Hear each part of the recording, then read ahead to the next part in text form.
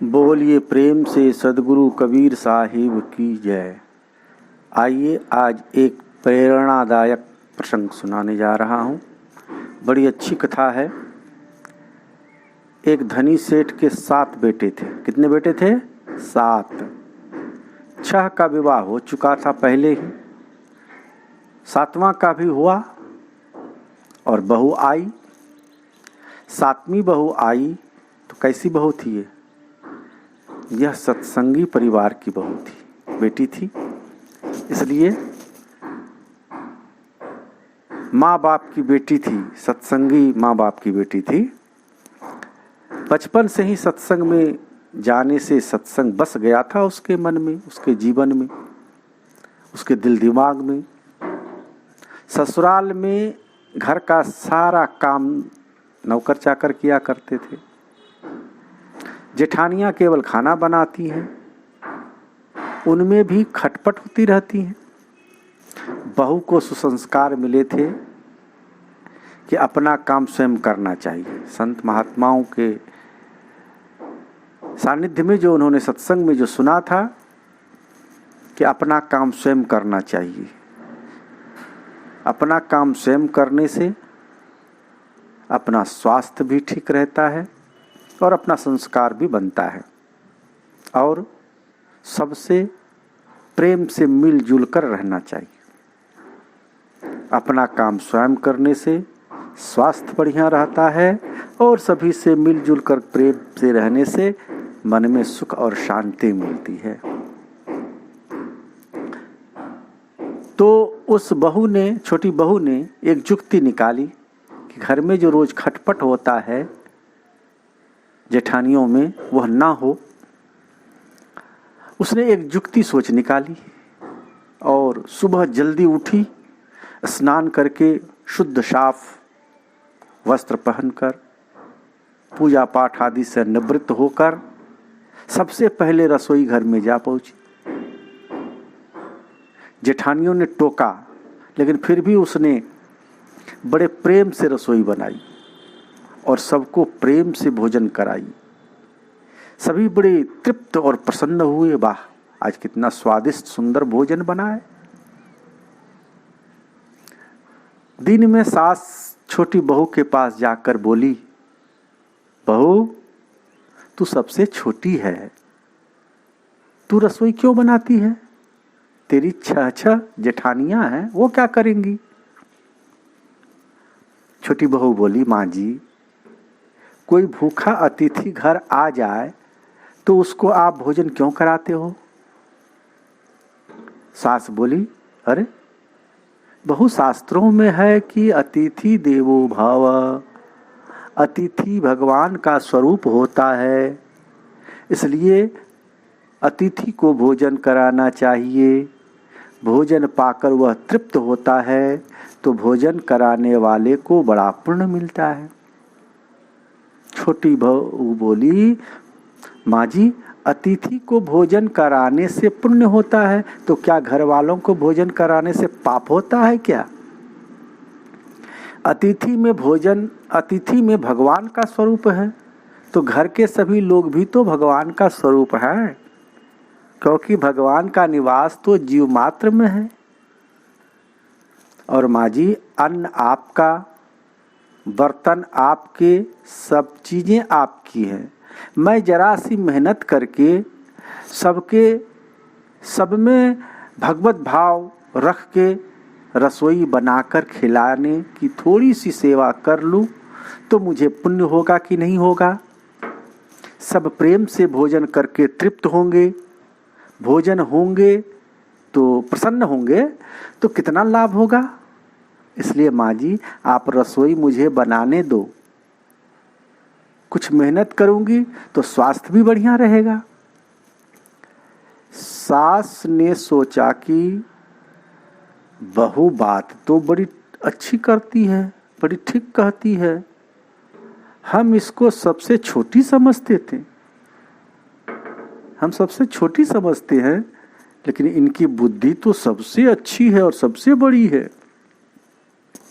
दूसरे दिन सास सुबह जल्दी स्नान करके रसोई घर में चली गई। बहुओं ने देखा तो बोली, माँ जी आप परिश्रम क्यों करती हो, आप क्यों भंडार घर में आ गई खाना बनाने के लिए।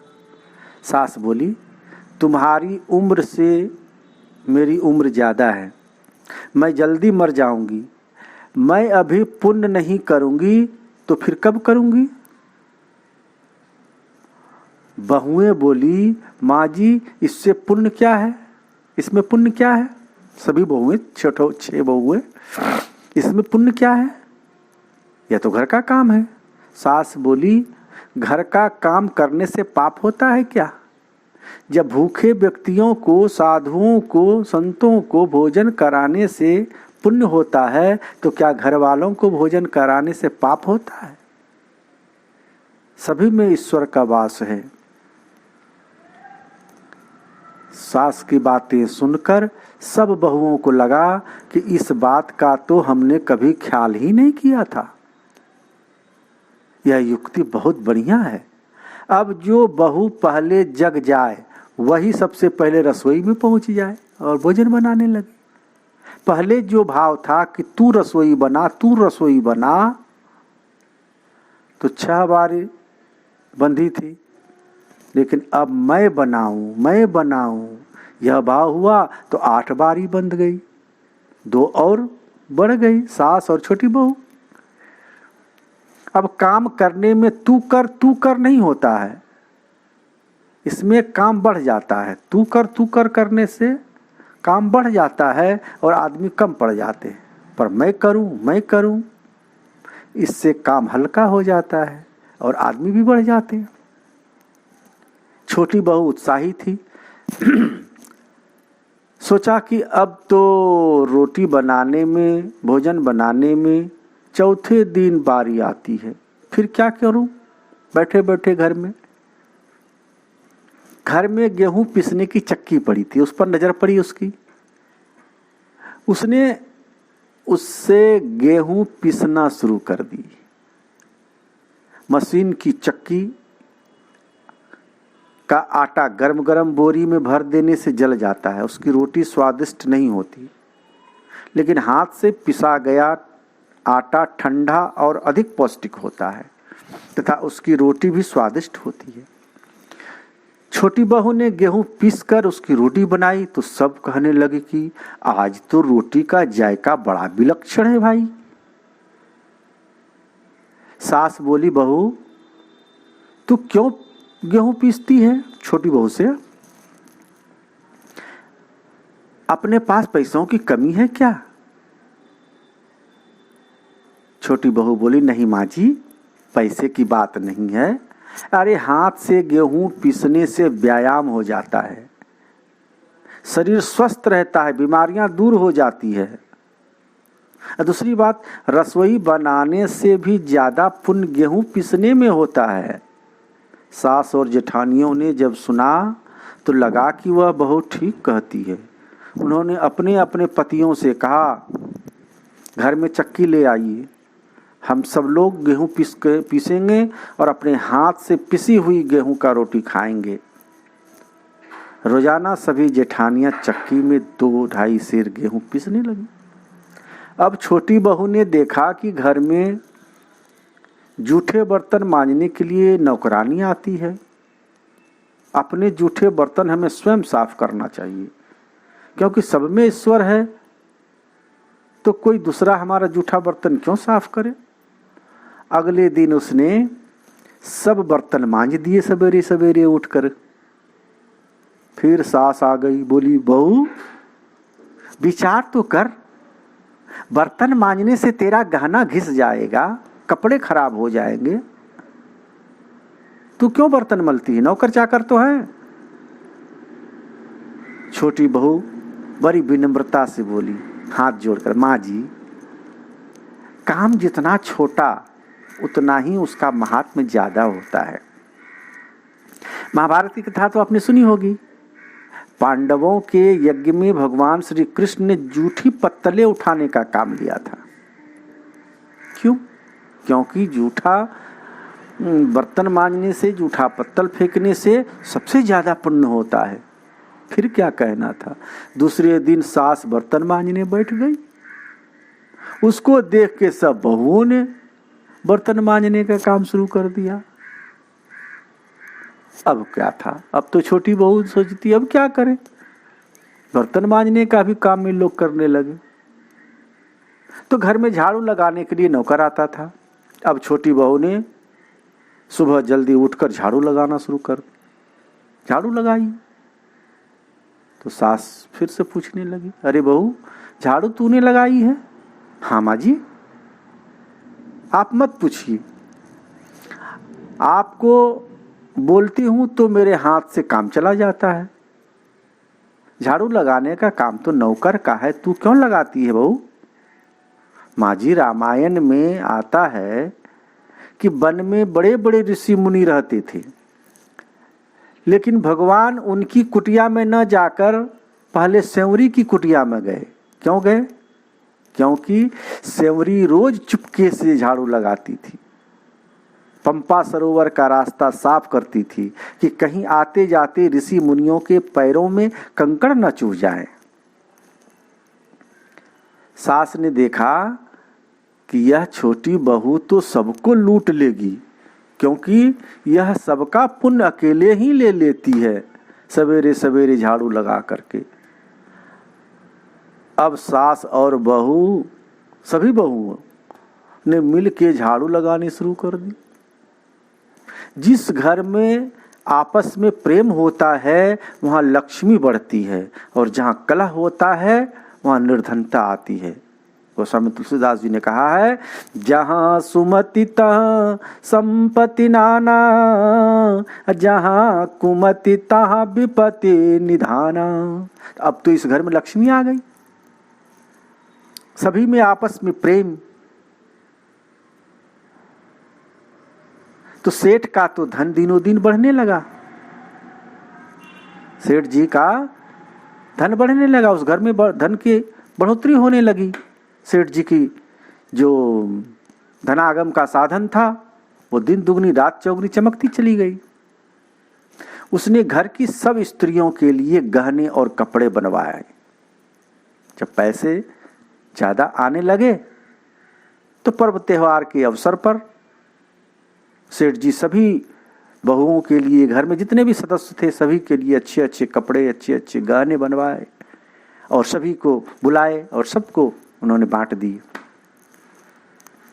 अब छोटी बहू ससुर से मिले गहने लेकर, छोटी बहू जो थी ससुर ने जो उसे गहना दिया था, वह बड़ी जेठानी के पास गई और बोली, दीदी आपके बच्चे हैं, उनका विवाह करूंगी तो गहने बनवाने पड़ेंगे, मेरे तो अभी कोई बच्चे हैं नहीं, इसलिए इन गहनों को आप रख लीजिए, आपको काम आएगा। गहने जेठानी को देकर बहू ने कुछ पैसे और कपड़े नौकरों में बांट दिए। सास ने देखा तो बोली, छोटी बहू, हाँ माँ जी, यह तुम क्या करती हो? तेरे ससुर ने सबको गहने बनवा कर दिए हैं, तुझे भी दिया, तू जेठानी को क्यों दे दी? और ये पैसे, ये कपड़े नौकरों में क्यों बांट दी? छोटी बहू बड़ी विनम्रता से बोली, माँ जी मैं अकेले इतना संग्रह करके क्या करूंगी? अपनी वस्तु किसी जरूरतमंद के काम आए तो आत्मिक संतोष मिलता है, और दान करने का तो अमिट पुण्य होता ही है, आप जानते ही हो। नहीं दानात समम पुण्यम, दान के समान कोई पुण्य नहीं है। सास को बहू की बात लग गई, वह भी दौड़ी दौड़ी गई सेठ के पास और जाकर बोली, ए जी सुनो, मैं नौकरों को धोती साड़ी बांटूंगी और आसपास में जो गरीब परिवार रहते हैं उनके बच्चों को मैं फीस दूंगी, स्वयं भरूंगी उनके फीस को। अपने पास इतना धन है, किसी के काम आए तो अच्छा है ना, न जाने कब मौत आ जाए और सब यही पड़ा रह जाए। जितना अपने हाथ से पुण्य कर्म हो जाए उसे कर लेना चाहिए। सेठ जी बहुत प्रसन्न हुआ, कि पहले तो नौकरों को कुछ देते थे तो ये लड़ने आ जाती थी, पर आज कहती है कि मैं खुद दूंगी। दूसरे दिन से सास जो है सभी वस्तुएं ले ले करके दूसरों को बांटने लगी। तो सास दूसरों को वस्तुएं देने लगी तो यह देख के दूसरी बहुएं भी देने लगी। नौकर भी खुश होके मन लगा के काम करने लगे और पास पड़ोस में भी खुशहाली छा गई। श्रेष्ठ मनुष्य जो जो आचरण करता है दूसरे मनुष्य वैसा वैसा ही करते हैं। वह जो कुछ प्रमाण कर देता है दूसरे मनुष्य उसी के अनुसार आचरण करते हैं। आप लोग जानते हैं।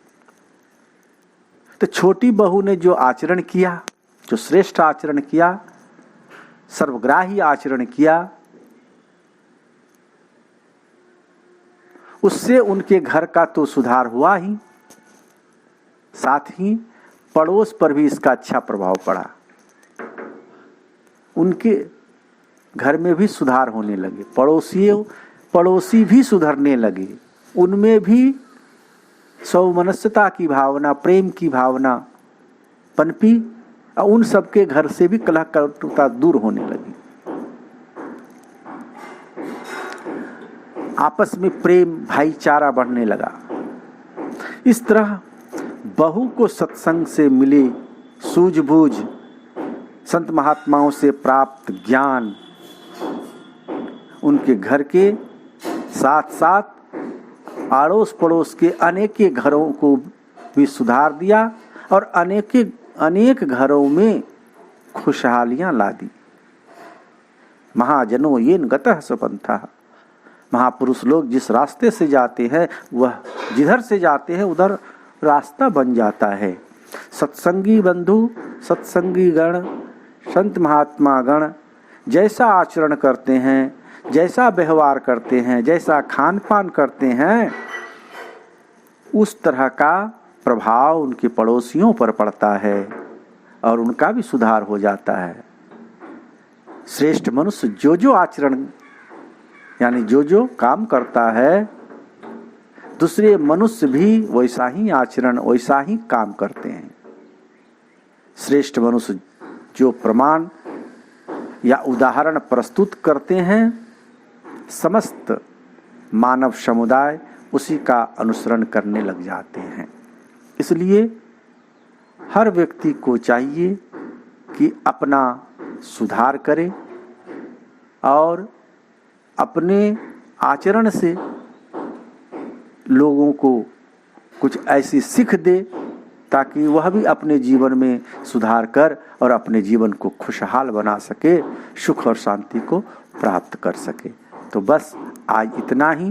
बोलिए सद्गुरु कबीर साहिब की जय।